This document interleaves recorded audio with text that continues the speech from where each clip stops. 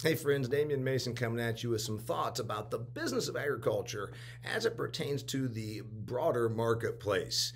Imagine if a consumer was told today, in the year 2021, that you have to eat food that has been made with genetically modified organisms. You must verify through some paperwork, through a passport, that you have purchased and consumed, and all of your family has consumed, a food product that was derived from genetically engineered food crops. Imagine the fervor, the anger, the seething amount of online vitriol that these agencies, this government would receive, the protests.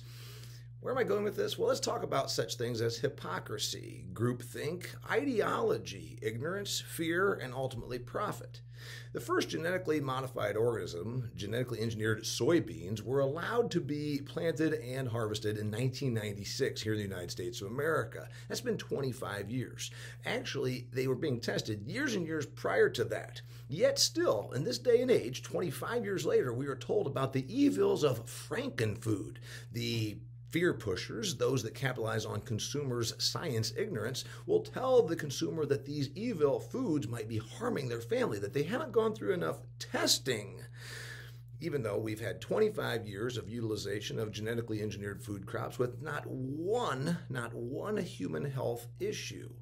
We've saved a lot of soil. We've used a lot less diesel fuel. We've used a lot less chemistry in our fields because of genetically engineered corn, soybeans, alfalfa, papaya, alfalfa, canola, potatoes, a couple other crops that we are actually legally able to use that are genetically engineered.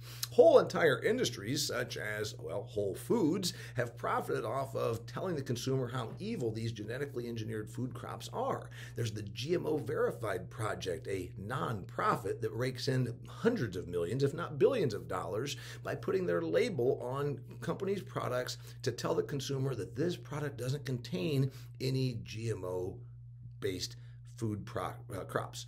So imagine, if you will, that a GMO product, a GMO crop, had only gone through 6 months of testing, that all of a sudden, after it came out, government said, you have to buy this, you have to eat this, you must consume this, or you will not be allowed to go to work. You'll pay bigger insurance premiums if you don't eat this GMO food. You will not be allowed to go to a movie or a Broadway show in New York. You will not be allowed to get on this airplane. Imagine the fervor.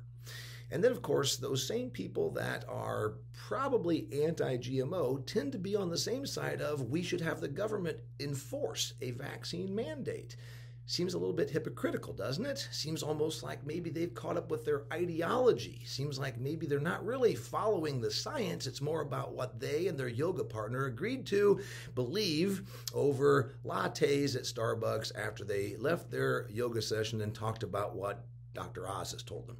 Damian Mason pointing out issues of hypocrisy, fear, ignorance, groupthink, and ideology. And of course, then we're told, this is the biggie, the money.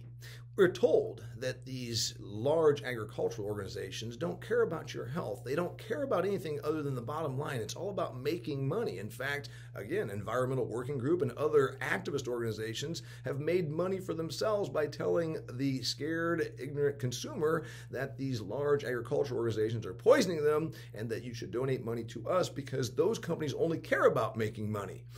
Moderna is up 383% in terms of their stock value. That's right. Moderna, one of the vaccine manufacturers, is up 383% in the last year and a half. Take a look at Bayer, BASF. Look at any of the large agricultural companies, Corteva, Syngenta. Look at any of them and see if they're up any of the purveyors of genetically modified food crops. And ask yourself, are they up 383% over the last year and a half? Is this really about follow the science? Or is there a lot of money being made out here by cultivating ideology and allowing hypocrisy to reign by perpetuating fear and ignorance? Damian Mason pointing out what I would just say is an interesting observation coming at it from my perspective in the business of agriculture.